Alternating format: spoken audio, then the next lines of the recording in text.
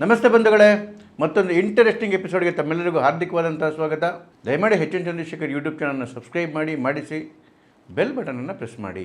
ಕೆಲವು ತಿಂಗಳುಗಳ ಕೆಳಗಡೆಗೆ ಇಡೀ ದೇಶದಲ್ಲಿ ಬೇರೆ ಬೇರೆ ರಾಜ್ಯಗಳಲ್ಲಿ ಒಂದಷ್ಟು ಲೋಕಲ್ ಬಾಡಿ ಚುನಾವಣೆಗಳು ನಡೆದವು. ಹಿಂದೆ ಎಲ್ಲ ಲೋಕಲ್ ಬಾಡಿ ಚುನಾವಣೆಗಳು ನ್ಯೂಸಲ್ಲೇ ಬರ್ತಿರ್ಲಿಲ್ಲ.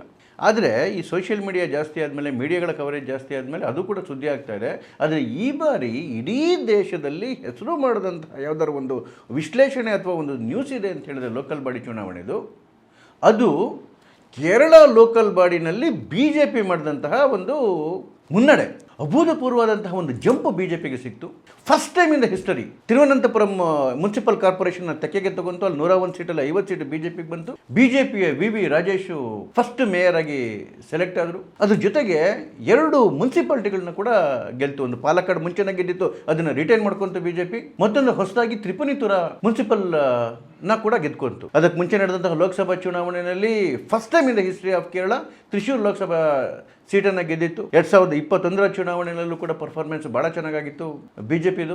ವೋಟ್ ಶೇರ್ನ ಮುಖಾಂತರ ನೋಡಿದ್ರೆ ಅದರ ಅರ್ಥ ಏನು ಅಂತ ಹೇಳಿದ್ರೆ, ಕಳೆದ ಒಂದು 5-6 ಚುನಾವಣೆಗಳಲ್ಲಿ ನಿರಂತರವಾಗಿ BJP ತನ್ನ ವೋಟ್ ಶೇರನ್ನು ಜಾಸ್ತಿ ಮಾಡ್ಕೊಂಡ್ಬರ್ತಾ ಇದೆ ಕೇರಳದಲ್ಲಿ. ಕೇರಳದ BJP ಹಿಸ್ಟ್ರಿ ನೋಡಿದ್ರೆ ಮುಂಚೆಯಿಂದನೂ ಭಾಳ ಸ್ಟ್ರಾಂಗ್ ಆಗಿದೆ. ಅಲ್ಲಿ RSSದ ಗಟ್ಟಿ ಬೇಸದು, ಇಡೀ ದೇಶದಲ್ಲಿರ್ತಕ್ಕಂಥ RSS ಶಾಖೆಗಳ ಪ್ರಮಾಣವನ್ನು ನೋಡಿದ್ರೆ ಕೇರಳದಲ್ಲಿ ಅತಿ ಹೆಚ್ಚಿರ್ತಕ್ಕಂಥದ್ದು. ಒಂದು ದೊಡ್ಡ ಪ್ರಮಾಣದಲ್ಲಿ ಒಂಥರ ಏನು ತಳಮಟ್ಟಕ್ಕೆ ನುಸುಳುಬಿಟ್ಟಿದೆ ಅಲ್ಲಿ RSS ಸಂಘ. BJP ಕೂಡ ನಿರಂತರವಾಗಿ ಬೆಳ್ಕೊಂಬರ್ತಾ ಇದೆ. BJPನಲ್ಲಿ ಒಳ್ಳೊಳ್ಳೆ ಲೀಡರ್ಗಳಾಗಿದ್ದಾರೆ. ಅದೇ ಒಂದು ಅಡ್ವಾಂಟೇಜು ಡಿಸ್ಅಡ್ವಾಂಟೇಜು ಗೊತ್ತಾಗ್ತಾ ಇಲ್ಲ. ಕೇರಳದಲ್ಲಿ BJPಯನ್ನು ಕಟ್ಟಿ ಬೆಳೆಸಿದಂತಹ ಲೀಡರ್ಗಳು O ರಾಜಗೋಪಾಲ್ ಅವರು, R ರಾಜಶೇಖರ್ ಅವರು, ಸುರೇಂದ್ರನ್, ಮುರಳೀಧರನ್, ಪದ್ಮನಾಭನ್ ಅವರು, ಶ್ರೀಧರ್ ಪಿಳ್ಳೆ ಅವರು, ಇಷ್ಟೆಲ್ಲ ಲೀಡರ್ಗಳಿದ್ರೂ ಕೂಡ ಅಂತಿಮ ಹಂತ ಅನ್ನೋದನ್ನು ತಲುಪಕ್ಕಾಗ್ತಿಲ್ಲ. ಆದರೆ ಈಗ ಏನು ಚುನಾವಣೆಗಳು ಇನ್ನು ಮುಂದಿನ ತಿಂಗಳು ಬರಲಿದೆ, ಆ ಚುನಾವಣೆಯಲ್ಲಿ BJP ಒಂದು ಥರ್ಡ್ ಫೋರ್ಸ್ ಆಗಿ ಎಮರ್ಜ್ ಆಗುತ್ತೆ ಅಂತ ವಿಶ್ಲೇಷಕರು ಮಾತಾಡ್ತಿರೋದು. ಏನಾದರೂ ಹೆಚ್ಚು ಕಡಿಮೆ ಆಯಿತು ಅಂತ ಹೇಳಿದ್ರೆ, ಹಂಗ್ ಅಸೆಂಬ್ಲಿ ಏನಾದರೂ ಬಂದ್ಬಿಡ್ತು ಅಂತ ಹೇಳಿದ್ರೆ BJP ಕಿಂಗ್ ಮೇಕರ್ ಆಗ್ಬೋದು ಅಥವಾ ಡಿಸೈಡಿಂಗ್ ಫ್ಯಾಕ್ಟರ್ ಆಗ್ಬೋದು. ಯಾಕೆ ಈ ಪರಿಸ್ಥಿತಿಯಲ್ಲಿ ಉದ್ಭವ ಆಗಿದೆ ಅಂತ ಹೇಳಿದ್ರೆ, ನೋಡಿ, ಕೇರಳದ ರಾಜಕಾರಣ ಯಾವತ್ತೂ ಸುಮಾರು 4.5 ದಶಕಗಳಲ್ಲಿ UDF ಮತ್ತು LDF ಮಧ್ಯನೇ ಅಧಿಕಾರಗಳ ಹಸ್ತಾಂತರ ನಡೀತಾ ಹೋಗುತ್ತೆ. ಒಂದ್ಸರಿ ಅವರು, ಒಂದ್ಸರಿ ಇವರು. ಅದಕ್ಕೆ ಅಪವಾದ ಅನ್ನೋಗಿ ಕಳೆದ ಚುನಾವಣೆಯಲ್ಲಿ ಮಾತ್ರ LDF, ಪಿಣರಾಯಿ ವಿಜಯನ್ ನೇತೃತ್ವದಲ್ಲಿ LDF ಅಂತ ಹೇಳಿದ್ರೆ ಏನು ಕಮ್ಯುನಿಸ್ಟ್ ನೇತೃತ್ವದ ಪಾರ್ಟಿಗಳಿದ್ದಾವೆ, ಅದು ಕಂಟಿನ್ಯೂಸ್ ಆಗಿ 2ನೇ ಟರ್ಮ್ ಕೂಡ ಆಡಳಿತ ಮಾಡಿ 10 ವರ್ಷದಿಂದ ನಿರಂತರವಾಗಿ ಆಡಳಿತ ಮಾಡ್ಕೊಂಡು ಬರ್ತಾ ಇದೆ. UDF ಅಂದ್ರೆ ಕಾಂಗ್ರೆಸ್ ನೇತೃತ್ವದ ಪಕ್ಷಗಳು, ಯುನೈಟೆಡ್ ಡೆಮೊಕ್ರೆಟಿಕ್ ಫ್ರಂಟ್, ಅದರೊಳಗಡೆ ಮುಸ್ಲಿಂ ಲೀಗ್ ಕೂಡ ಇದೆ. ಜಾತ್ಯತೀತವಾದಿಗಳು ಕಾಂಗ್ರೆಸ್ ಇರಲಿ. ಕೇರಳದ ಈ ರಾಜಕೀಯ ಇತಿಹಾಸವನ್ನು ನೋಡಿದ್ರೆ, ಯಾವಾಗ LDF ಗೆದ್ದಿದೆಯಲ್ಲ, ಏನು ಕಮ್ಯುನಿಸ್ಟ್ ರಂಗ ಗೆದ್ದಿದೆಯಲ್ಲ, ಅವಾಗೆಲ್ಲನೂ ದೊಡ್ಡ ಮಾರ್ಜಿನಲ್ಲಿ ಗೆದ್ದಿದೆ. ಯಾವಾಗ UDF ಗೆದ್ದಿದೆ, ಕಾಂಗ್ರೆಸ್ ಗೆದ್ದಿದೆ, ಅವಾಗೆಲ್ಲನೂ ಕೂಡ ವೆರಿ ತಿನ್ನ ಮಾರ್ಜಿನಲ್ಲಿ ಗೆದ್ದಿರೋದು. ಈವನ್ ಕಳೆದ ಬಾರಿ 2011ರಲ್ಲಿ ಗೆದ್ದಾಗಲೂ ಅಷ್ಟೇ ವೆರಿ ತಿನ್ನ ಮಾರ್ಜಿನಲ್ಲಿ ಗೆದ್ದಿದ್ದು. ಈ ಬಾರಿ ಏನಾಗಿದೆ, ಈ ಬಾರಿ ಲೋಕಲ್ ಬಾಡಿ ಚುನಾವಣೆಗಳಲ್ಲಿ, ಅದು ಹಿಂದೆ ನಡೆದಂತಹ ಲೋಕಸಭಾ ಚುನಾವಣೆಯಲ್ಲಿ UDF ದೊಡ್ಡ ಪ್ರಮಾಣದಲ್ಲಿ ಜಯಗಳಿಸಿದಾಗ ಜನಗಳಿಗೆ ಆಂಟಿ ಇನ್ಕಂಬೆನ್ಸಿ ತುಂಬ ಎಫೆಕ್ಟ್ ಆಗ್ತಾ ಇದೆ. ಪಿಣರಾಯಿ ವಿಜಯನ್ ಮೇಲೆ ತುಂಬ ಕೋಪ ಜಾಸ್ತಿ ಆಗ್ತಾ ಇದೆ. ಹಾಗಾಗಿ UDF ಬರುತ್ತೆ ಅಂತಕ್ಕಂಥ ಒಂದು ವಾತಾವರಣ ಸ್ವಲ್ಪ ದಿವಸದ ಕೆಳಗಡೆಗೆ ಇತ್ತು. ಆದರೆ ಚುನಾವಣೆಗೆ ಹತ್ತಿರ ಬರ್ತಾ ಯಾವ್ಯಾವ ಸ್ಟ್ರಾಟಜಿಗಳನ್ನು ಪಿಣರಾಯಿ ವಿಜಯನ್ ಮಾಡ್ತಾ ಇದ್ದಾರೆ, ಕಮ್ಯುನಿಸ್ಟ್ ಪಾರ್ಟಿಗಳು ಮಾಡ್ತಾ ಇದ್ದಾವೆ ಅಂತ ಹೇಳಿದ್ರೆ, ಜೊತೆಗೆ ಏನು ಈ ಕಾಂಗ್ರೆಸ್ ಲೀಡರ್ಗಳು ಕಾಲ ಮೇಲೆ ಕುಲಾವಿ ಹೊಡ್ಕೊಳ್ತಕ್ಕಂಥ ಕೆಲಸಗಳು ಮಾಡ್ಕೊತಾರಲ್ಲ, ಈ ರಾಹುಲ್ ಗಾಂಧಿ ಅಂತ ಪೆದ್ದನ್ನ ಲೀಡರ್ ಮಾಡ್ಕೊಂಡ್ರೆ ಜನಕ್ಕೆ ಹೆಂಗಾಸಿ ನಂಬಿಕೆ ಬರುತ್ತೆ ಆ ಪಕ್ಷದ ಮೇಲೆ. ಈ ಥರ ಈ ಲೀಡರ್ಸ್ಗಳ ಈ ಢೋಂಗಿ ನೀತಿಗಳೇನಾಗ್ತಾ ಇದೆ, ಈವನ್ ಕೆಳಗಡೆಗೆ ಕಾರ್ಯಕರ್ತರ ಮೇಲೆ, ವೋಟರ್ಸ್ ಮೇಲೂ ಕೂಡ ಪ್ರಭಾವ ಬೀರ್ತಾ ಇದೆ. ಈವನ್ ಕೇರಳದಲ್ಲಿ ನೋಡಿ, ಕೇರಳದ ರಾಜಕಾರಣ ಹೇಗೆ ನಡೆಯುತ್ತೆ ಅಂತ ಹೇಳಿದ್ರೆ, ಕೇರಳದಲ್ಲಿ 55% ಹಿಂದೂಗಳಿದ್ದಾರೆ, ಸುಮಾರು 28% ಮುಸಲ್ಮಾನರು, ಒಂದು 18ರಿಂದ 19% ಕ್ರಿಶ್ಚಿಯನ್ಸು. ಪ್ರತಿ ಚುನಾವಣೆಯಲ್ಲಿ ಹಿಂದೂಗಳ ಏನು ವೋಟ್ ಬ್ಯಾಂಕ್ ಇದೆ, ಈ ಹಿಂದೂಗಳ ವೋಟ್ ಬ್ಯಾಂಕ್ ಜೊತೆಗೆ ಯಾವ ಮೈನಾರಿಟಿ ಜೊತೆಲಿ ಸೇರಿಕೊಳ್ಳುತ್ತೆ ಆ ರಂಗ ಅಧಿಕಾರಕ್ಕೆ ಬರುತ್ತೆ. ಉದಾಹರಣೆಗೆ, ಹಿಂದೂಗಳ ಏನು ವೋಟ್ ಬ್ಯಾಂಕ್ ಜೊತೆಗೆ ಕ್ರಿಶ್ಚಿಯನ್ಸ್ ಸೇರಿಕೊಂಡಾಗ ಕಮ್ಯುನಿಸ್ಟ್ ಅಧಿಕಾರಕ್ಕೆ ಬರುತ್ತೆ. ಈ ಹಿಂದೂಗಳ ವೋಟ್ ಬ್ಯಾಂಕ್ ಜೊತೆಗೆ ಮುಸಲ್ಮಾನ್ ವೋಟ್ ಬ್ಯಾಂಕ್ ಸೇರಿಕೊಂಡಾಗ UDF ಅಧಿಕಾರಕ್ಕೆ ಬರುತ್ತೆ, ಕಾಂಗ್ರೆಸ್ ರಂಗ ಅಧಿಕಾರಕ್ಕೆ ಬರುತ್ತೆ. ಸೊ ಇಲ್ಲಿ ಡಿಸೈಡ್ ಆಗ್ತಿದ್ದಾವೆ ಈ ಮೈನಾರಿಟಿ ವೋಟ್ಗಳು. ಈ ಹಿಂದೂ ವೋಟ್ಗಳೇನಿತ್ತು, ಇದು ಸಾಮಾನ್ಯವಾಗಿ ಮೇಜರಾಗಿ ಕೆಲವು ಭಾಗದಲ್ಲಿ ಸ್ಪ್ಲಿಟ್ ಆಗ್ತಾ ಇತ್ತು. ಏನು ಕೇರಳದಲ್ಲಿ ಮೇಜರ್ ಹಿಂದೂ ಕಮ್ಯುನಿಟಿಗಳೇನಂತ ಹೇಳ್ತಾರೆ, ನಾಯರ್ ಮತ್ತು ಯಜವಾ ಕಮ್ಯುನಿಟಿ ಏನಿದೆ, ಇವೆರಡೂ ಸಾಮಾನ್ಯವಾಗಿ ಕಾಂಗ್ರೆಸ್ ಜೊತೆ ನಿಂತ್ಕೊತಾ ಇದ್ವು ಎಲೆಕ್ಷನ್ಗಳಲ್ಲಿ. ಈ ದಲಿತ ಹಿಂದೂಗಳು ಮತ್ತು ಏನು ಈ OBC ಹಿಂದೂಗಳೇನಾದ್ರು ಇವು ಕಮ್ಯುನಿಸ್ಟ್ ಪಾರ್ಟಿಗಳ ಜೊತೆ ನಿಂತ್ಕೊತಾ ಇದ್ವು. ಕೇರಳದಲ್ಲಿ ಕಮ್ಯುನಿಸ್ಟ್ ಪಾರ್ಟಿಗಳನ್ನು ಹಿಂದೂಗಳ ಪಾರ್ಟಿ ಅಂತೇಳಿ ಹೇಳ್ತಾರೆ. ಯಾವಾಗ BJP ಅಸ್ತಿತ್ವದಲ್ಲಿರಲಿಲ್ಲ ಅಥವಾ BJPಯ ಶಕ್ತಿ ಇರಲಿಲ್ಲ, ಹಿಂದೂಗಳಿಗೆಲ್ಲನೂ ಕೇವಲ ಕಮ್ಯುನಿಸ್ಟ್ ಒಂದೇನೇ ಆಧಾರ ಆಗಿತ್ತು. ಆದರೆ ಯಾವಾಗ BJP ಗಟ್ಟಿಯಾಗಿ ಬೆಳ್ಕೊಂಡು ಹೋಯಿತು, ಹಿಂದೂಗಳಿಗೆ ಒಂದು ಆಲ್ಟರ್ನೇಟ್ ಸಿಗ್ದಂಗಾಯಿತು. ನಮ್ಮ ಜೊತೆಗೆ ಬಿ ಜೆ ಪಿ ನಿಲ್ಲುತ್ತೆ ಅಂಥೇಳಿ. ಯಾಕೆ ದೊಡ್ಡ ಭವಿಷ್ಯದ ಬಿ ಜೆ ಪಿಗೆ ಕೇರಳದಲ್ಲಿ ಅಂತ ಹೇಳಿದ್ರೆ, ಬರೋ ದಿವಸಗಳಲ್ಲಿ ಏನಾದರೂ ಅಧಿಕಾರ ಹಿಡಿಯುತ್ತೆ ಅಂತಕ್ಕಂಥ ನಂಬಿಕೆ ಏನಾದರೂ ಅಲ್ಲಿ ಹಿಂದೂಗಳು ಬಂದರೆ ಎನ್ಮಾಸಾಗಿ ಬಿ ಜೆ ಪಿಯ ಪರವಾಗಿ ಶಿಫ್ಟ್ ಆಗ್ತಾರೆ. ಇಲ್ಲಿರ್ತಕ್ಕಂಥದ್ದು ಏನಂತ ಹೇಳಿದ್ರೆ, ಈ ಕ್ರಿಶ್ಚಿಯನ್ ಓಟ್ಗಳು ಯಾವ ಕಡೆಗೆ ಟಿಲ್ಟ್ ಆಗ್ತವೆ ಅನ್ನೋದನ್ನೇ ದೊಡ್ಡ ಸಂದಿಗ್ಧತೆ. ಇಲ್ಲಿ ಪ್ರಾಬ್ಲಮ್ ಏನು ಅಂತ ಹೇಳಿದ್ರೆ, ಕೇರಳದಲ್ಲಿ ನೀವು ಕೇರಳ ಫೈಲ್ಸು ಮೂವಿ ನೋಡಿರ್ಬೇಕು. ಈ ಲವ್ ಜಿಹಾದ್ ಅಂತಕ್ಕಂಥದ್ದು ದೊಡ್ಡ ಒಂದು ಹುನ್ನಾರ. ಅಲ್ಲಿ ಹಿಂದೂ ಹೆಣ್ಮಕ್ಳನ್ನ, ಅದೇ ರೀತಿ ಕ್ರಿಶ್ಚಿಯನ್ ಹೆಣ್ಮಕ್ಳನ್ನ ವ್ಯವಸ್ಥಿತ ಪಿತೂರಿ ಅಂತ ಹೇಳಿದ್ನಲ್ಲ, ಪಿತೂರಿ ಇದು. ಇಸ್ಲಾಂ ಧರ್ಮಕ್ಕೆ ಪ್ರೀತಿ ಪ್ರೇಮ ಅಂದ್ಕೊಂಡು ಕನ್ವರ್ಟ್ ಮಾಡ್ಕೊಂಡು ಅವ್ರನ್ನ ಜಿಹಾದಿ ಕಳಿಸೋದು, ಅವ್ರನ್ನ ICC ಕಳಿಸೋದು, ಇವೆಲ್ಲವ ಕೆಲಸಗಳು ದೊಡ್ಡ ಪ್ರಮಾಣದಲ್ಲಿ ನಡೀತದೆ. ಇದಕ್ಕೆ ಸಂತ್ರಸ್ತರು ಕೇವಲ ಹಿಂದೂಗಳಲ್ಲ, ಇವನ್ ಕ್ರಿಶ್ಚಿಯನ್ಸು ಕೂಡ. ಈ ಜಿಹಾದಿ ಮನಸ್ಥಿತಿಯ ಏನು ಕಟ್ಟರ್ ಪಂಕ್ತಿ ಇದೆಯಲ್ಲ, ಇದರ ಸಂತ್ರಸ್ತರು ಕೂಡ ಹಿಂದೂಗಳೆಷ್ಟೋ, ಕ್ರಿಶ್ಚಿಯನ್ಸ್ ಕೂಡ ಅಷ್ಟೇ. ಈಗೆಲ್ಲ ಕ್ರಿಶ್ಚಿಯನ್ಸ್ಗೂ ಕೂಡ ಅಲ್ಲಿ ಭಯ ಶುರುವಾಗೋಗಿದೆ. ಅಲ್ಲಿ ಏನಾದರೂ ಮತ್ತೆ ಅಧಿಕಾರಕ್ಕೆ ಬಂದರೆ ಕಾಂಗ್ರೆಸ್ ಅಂತ ಹೇಳಿದ್ರೆ ಅಲ್ಲಿ ಮುಸ್ಲಿಂ ಲೀಗ್ದೇ ಆಡಳಿತ ನಡೆಯೋದು ಬಿಡಿ. ಅಲ್ಲಿ ಕಾಂಗ್ರೆಸ್ ಅವರು ಸುಮ್ಮನೆ ನಮ್ಕಾವತ್ತೆ ಪಟೇಲ್ರು. ಮುಸ್ಲಿಂ ಲೀಗ್ನ ಅಧಿಕಾರ ಬಂದರೆ ಅದಕ್ಕೆ ಉದಾಹರಣೆ ಏನಂತ ಹೇಳಿದ್ರೆ, ವಯನಾಡಲ್ಲಿ ಯಾಕೆ ಹೋಗಿ ರಾಹುಲ್ ಗಾಂಧಿ ನಿಂತ್ಕೊತಾರೆ ಅಥವಾ ಪ್ರಿಯಾಂಕಾ ಗಾಂಧಿ ನಿಂತ್ಕೊತಾರೆ ಅಂತ ಹೇಳಿದ್ರೆ, ಅದು ಮುಸ್ಲಿಂ ಲೀಗ್ನ ಕ್ಷೇತ್ರ. ಅಲ್ಲಿ ಮುಸ್ಲಿಂ ಲೀಗ್ರಿಗೆ ಸಪೋರ್ಟ್ ಕೊಡುತ್ತೆ, ಅವ್ರು ಗೆಲ್ತಾರೆ ಅಂತಲೇ ಹೋಗಿ ಅಲ್ಲಿ ನಿಂತ್ಕೊಳ್ಳೋದು. ಇದು ದುರಾವಸ್ಥೆ ನಮ್ಮ ಭಾರತದ್ದು. ಅದಿರಲಿ, ಕಾಂಗ್ರೆಸ್ ಏನಾದರೂ ಅಧಿಕಾರಕ್ಕೆ ಬಂದರೆ IUMನ ಅಧಿಕಾರ ನಡೆಯುತ್ತೆ, ಮುಸ್ಲಿಂ ಲೀಗ್ ಅಧಿಕಾರ ನಡೆಯುತ್ತೆ, ಹಿಂದೂಗಳು ಮತ್ತು ಕ್ರಿಶ್ಚಿಯನ್ಸು ಬದುಕೋಕ್ಕಾಗೋದಿಲ್ಲ ಅಂಥೇಳಿ ಹಿಂದೂಗಳಿಗೂ ಭಯ ಇದೆ, ಕ್ರಿಶ್ಚಿಯನ್ಸ್ಗೂ ಭಯ ಇದೆ. ಆ ಭಯನೇ ಮತ್ತೊಮ್ಮೆ ಕಮ್ಯುನಿಸ್ಟ್ ಪಾರ್ಟಿಯನ್ನು, ಪಿಣರಾಯಿ ವಿಜಯನ್ ಅವರ ಸರ್ಕಾರವನ್ನು ಅಧಿಕಾರಕ್ಕೆ ತರಬಹುದು. ಅವರು ಮುಖ್ಯಮಂತ್ರಿ ಆಗಿರ್ತಾರೋ ಇಲ್ವೋ ಗೊತ್ತಿಲ್ಲ. ಆಲ್ಟರ್ನೇಟ್ಗಳು ತುಂಬ ಹೇಳ್ತಾ ಇದ್ದಾರೆ. ಈಗಾಗಲೇ ಅವ್ರಿಗೂ ವಯಸ್ಸಾಗಿದೆ, ಹಲವಾರು ಆರೋಪಗಳು ತಲೆ ಮೇಲಿದೆ. ಹಾಗಾಗಿ ಅವ್ರು ಆಗ್ತಾರೋ ಇಲ್ವೋ ಗೊತ್ತಿಲ್ಲ. ಆದರೆ ಇನ್ನೂ BJP ಆಡಳಿತಕ್ಕೆ ಬರ್ತಕ್ಕಂತಹ ದೊಡ್ಡ ಮಟ್ಟದಲ್ಲಿ ಬೆಳೆದೇ ಇರ್ತಕ್ಕಂಥ ಕಾರಣಕ್ಕೋಸ್ಕರ ಈ ಹಿಂದೂಗಳು ಮತ್ತು ಕ್ರಿಶ್ಚಿಯನ್ಸು ಕಮ್ಯುನಿಸ್ಟ್ ಪರವಾಗಿ ವೋಟ್ ಹಾಕ್ಬೋದು ಅಂತಕ್ಕಂಥ ಒಂದು ಅನುಮಾನ ಕೂಡ ಕಾಡ್ತಾ ಇದೆ. ಹಾಗಾಗಿ ರಿಸಲ್ಟ್ ಯಾವ ಕಡೆಗೆ ಬೇಕಾದ್ರೆ ಬರ್ಬೋದು. ಹಂಗೆ ಅಸೆಂಬ್ಲಿ ಆದರೆ ಈವನ್ BJP ಪರವಾಗಿ ವಿಪರೀತ ಮತಗಳು ಈ ಸರಿ ಪೋಲಾಗ್ತವೆ. ಒಂದು ದೊಡ್ಡ ಕಾರಣ ಅಂತ ಹೇಳಿದ್ರೆ BJPಯ ಲೀಡರ್ಶಿಪ್ಪು. ರಾಜೀವ್ ಚಂದ್ರಶೇಖರ್ ಯಾಕೆ ಇವತ್ತು ಇಷ್ಟು ಇಂಪಾರ್ಟೆಂಟ್ ಅಂತ ಹೇಳ್ತಾರೆ ಅಂದರೆ, ನಾನು ಆಗಲೇ ಹೇಳ್ಕೊಂಬಂದೆ. 10 ಜನ BJP ಲೀಡರ್ಗಳ ಹೆಸರು ಹೇಳಿದೆ. ರಾಜಗೋಪಾಲ್ ಅವರು ಇರ್ಬೋದು, ರಾಜಶೇಖರ್ ಅವರು ಇರ್ಬೋದು, ಸುರೇಂದ್ರನ್ ಇರ್ಬೋದು, ಮುರಳೀಧರನ್ ಇರ್ಬೋದು. ಇವರೆಲ್ಲರೂ ಪಾರ್ಟಿಯನ್ನು ಕಟ್ಟಿ ಬೆಳೆಸಿದ್ರು. ಆದರೆ ಶಕ್ತಿ ವೃದ್ಧಿ ಆಗ್ತಾ ಆ ನಾಯಕರುಗಳಲ್ಲಿ ಅಥವಾ ಆ ಕಾರ್ಯಕರ್ತರಲ್ಲಿ ಒಗ್ಗಟ್ಟಿಲ್ದಂಗೆ ಆಗೋಯ್ತು. ಬಣಗಳು ಜಾಸ್ತಿ ಕ್ರಿಯೇಟ್ ಆಗೋದು. ಇದು ಪ್ರತಿ ಚುನಾವಣೆಯಲ್ಲೂ BJPಗೆ ಹೊಡೆತ ಹೊಡೆಯಲಿಕ್ಕೆ ಶುರು ಮಾಡಿತು. ರಾಜೀವ್ ಚಂದ್ರಶೇಖರ್ ಬಂದಮೇಲೆ ಇದಕ್ಕೊಂದು ಇತಿಶ್ರೀ ಆಡಿದ್ದಾರೆ ಅಂತಕ್ಕಂಥ ಸೂಚನೆಗಳು ಸಿಗ್ತಾ ಇದೆ. ನೋಡಿ, Rajeev Chandrasekhar basically is not a politician. ಅವರು ಒಬ್ಬರು ಉದ್ಯಮಿ. ಅವ್ರ ತಂದೆ ಏರ್ಫೋರ್ಸಲ್ಲಿದ್ದರು. ಇವರು ಇಲಿನಾಯ್ ಯೂನಿವರ್ಸಿಟಿನಲ್ಲಿ BA ಎಲೆಕ್ಟ್ರಾನಿಕ್ಸ್ ಮಾಡಿದ್ರು. ಆಮೇಲೆ MIT ಮಣಿಪಾಲಲ್ಲಿ ಮಾಡಿದ್ರು. ಅದಾದಮೇಲೆ 1994 BPL ಮೊಬೈಲ್ ಅಂತೇಳಿ, ನೋಡಿ ಆಗಿನ ಕಾಲಕ್ಕೆ ಈ ಮೊಬೈಲ್ಗಳು ಬಂದ ಟೈಮಲ್ಲಿ ಯಾವ ಪೈನಿಯರ್ಗಳು ಅಂತ ಹೇಳ್ತೀವಿ, ಮೊದಲನಾಗಿ ಶುರು ಮಾಡಿದಂಥ ಕಂಪ್ನಿಗಳು ಯಾವ್ದಾದ್ರು ಈ ಮೊಬೈಲ್ ವಿಚಾರದಲ್ಲಿ ಅಂತ ಹೇಳಿದ್ರೆ ಅದರಲ್ಲಿ ಈವನ್ BPL ಕೂಡ ಒಂದು. BPL ಮೊಬೈಲ್ ಕಂಪ್ನಿಯನ್ನು ಶುರು ಮಾಡಿದ್ರು. 2005 ಜುಪಿಟರ್ ಕ್ಯಾಪಿಟಲ್ ಶುರು ಮಾಡಿದ್ರು.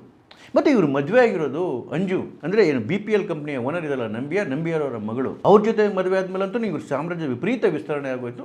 ಜೊತೆಗೆ ಈಸ್ ಎ ಟೆಕ್ ಸೇವಿ ಪರ್ಸನ್. ಇವ್ರ ಕಂಪ್ನಿ ಶುರುವಾಗಿ ಮುಂಚೆನೇ ಇವರು ಇಂಟೆಲಲ್ಲಿ ಸೀನಿಯರ್ ಡಿಸೈನ್ ಇಂಜಿನಿಯರ್ ಆಗಿ ಕೆಲಸ ಮಾಡಿದರು. ಸೊ ಒಂದು ಕಡೆಗೆ ಆ ಟೆಕ್ನಿಕಲ್ ಸ್ಪೆಷಾಲಿಟಿ, ಮತ್ತೊಂದು ಕಡೆಗೆ ಈ ಕಂಪ್ನಿ ನಡೆಸ್ತಕ್ಕಂತಹ ಚಾಕಚಕ್ಯತೆ, ಜೊತೆಗೆ ಅಪಾರವಾದ ಎಜುಕೇಷನ್ನು ಮತ್ತು ಆ ಕುಟುಂಬದ ಹಿನ್ನೆಲೆ, ಇವೆಲ್ಲವೂ ಕೂಡ ಒಂದು ಹೇಳಿದ್ನಲ್ಲ, ಒಂದು ಪರಿಪೂರ್ಣ ಲೀಡರ್ಶಿಪ್ಪನ್ನು ಡೆವಲಪ್ ಮಾಡಿತ್ತು.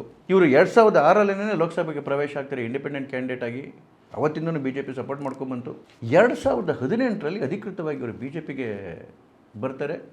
ಮೋದಿಯವರ ಸರ್ಕಾರದಲ್ಲಿ ಮಿನಿಸ್ಟರ್ ಆಫ್ ಸ್ಟೇಟ್ ಆಗ್ತಾರೆ ಇವರು. ಈ ಎಲೆಕ್ಟ್ರಾನಿಕ್ಸು, IT ಇನ್ಫ್ರಾಸ್ಟ್ರಕ್ಚರು ಮತ್ತು ಸ್ಕಿಲ್ ಡೆವಲಪ್ಮೆಂಟ್ ಮಿನಿಸ್ಟ್ರಿ ಇದು. ಇದಾದ ನಂತರ 24 ಮಾರ್ಚ್ 2025 ಕೇರಳದ ರಾಜ್ಯಾಧ್ಯಕ್ಷರಾಗಿ ಅಧಿಕಾರವನ್ನು ವಹಿಸ್ಕೊತಾರೆ. ಅಂದರೆ ಇವತ್ತಿಗೆ ಸರಿಯಾಗಿ 1 ವರ್ಷಗಳ ಹಿಂದೆ. ಇದೊಂದು ರೀತಿಯಲ್ಲಿ ಮಾಸ್ಟರ್ ಸ್ಟ್ರೋಕ್ ಅಂತ ಹೇಳ್ಬೋದು. ಇವರಿಗಿಂತ ದೊಡ್ಡ ಲೀಡರ್ ಇರಲಿಲ್ವಾ? ಖಂಡಿತವಾಗ್ಲಿದ್ರು. ಆಗಲಿಂದ ನಾನು ಹಲವಾರು ಲೀಡರ್ಗಳ ಹೆಸರು ಹೇಳ್ತಾ ಇದ್ದೀನಿ. ತಳಮಟ್ಟದಿಂದ BJPಯನ್ನು ಕಟ್ಟಿ ಬೆಳೆಸ್ತಕ್ಕಂಥ ಲೀಡರ್ಗಳಿದ್ರು. ಆದರೆ ಲೀಡರ್ಗಳಲ್ಲಿ ಒಂದು ಸಮನ್ವಯತೆಯ ಕೊರತೆ ಇತ್ತು. ಆ ಸಮನ್ವಯತೆಯನ್ನು ತರ್ತಕ್ಕಂಥ ಕೆಲಸವನ್ನು ರಾಜೀವ್ ಚಂದ್ರಶೇಖರ್ ಮಾಡಿದ್ರು. ಇದು ದೊಡ್ಡ ಬೂಸ್ಟ್ ಕೊಡ್ತು BJPಗೆ. ಮೊದಲನೇದು. ಎರಡನೇದು, ಏನು ಕೇರಳದಲ್ಲಿ NDA ಕಾನ್ಸ್ಟಿಟ್ಯೂನ್ಸ್ಗಳಿದ್ವು, ಅಂದರೆ ಬೇರೆ ಬೇರೆ ಪಕ್ಷಗಳಿದ್ವು, ಅವುಗಳ ಜೊತೆ ಕೂಡ ಸಂವಹನದ ಕೊರತೆ ಉಂಟಾಗಿತ್ತು. BJP ಬಿಟ್ಟರೆ ಇಂಡಿಯಾದಲ್ಲಿರ್ತಕ್ಕಂಥ ಅತಿ ದೊಡ್ಡ ಪಾರ್ಟಿಯಲ್ಲಿ ಭಾರತ ಧರ್ಮ ಜನಸೇನಾ ಅಂತೇಳಿ BDJS ಅಂತ, ಈ ಯಜವಾ ಕಮ್ಯುನಿಟಿಯ ಒಂದು ದೊಡ್ಡ ಪಾರ್ಟಿ, ಅದು ಪಕ್ಷ, ಅದು ದೊಡ್ಡ ಹೋಲ್ಡ್ ಇದೆ ಕೇರಳದಲ್ಲಿ. ಇದರ ಜೊತೆ ಸಂಬಂಧ ಕೂಡ ಸುಧಾರಿಸ್ತಕ್ಕಂಥ ಕೆಲಸ ಆಯಿತು ರಾಜೀವ್ ಚಂದ್ರಶೇಖರಿಂದ. ಅದ್ರ ಜೊತೆಗೆ ಎನ್ ಡಿ ಅಲಯನ್ಸ್ ಒಳಗಡೆಗೆ ಬೇರೆ ಬೇರೆ ಪಕ್ಷಗಳನ್ನ ತೊಗೊಂಬಂದರು, ಇರೋ ಪಕ್ಷಗಳನ್ನ ಜೊತೆಗೆ ಸಂಬಂಧಗಳನ್ನ ಗಟ್ಟಿ ಮಾಡ್ಕೊಂಡೋದ್ರು. ಮೊನ್ನೆ 2020 ಅಂತಕ್ಕಂಥ ಒಂದು ಪೊಲಿಟಿಕಲ್ ಪಾರ್ಟಿ ಎರ್ನಾಕುಲಂ ಭಾಗದಲ್ಲಿ ತುಂಬ ಪ್ರಭಾವ ಇದೆ ಇದರದ್ದು. ಸುಮಾರು ಒಂದು 3 ಕಾನ್ಸ್ಟಿಟ್ಯೂನ್ಸಿಗಳಲ್ಲಿ ವಿಪರೀತ ಪ್ರಭಾವ ಇದೆ.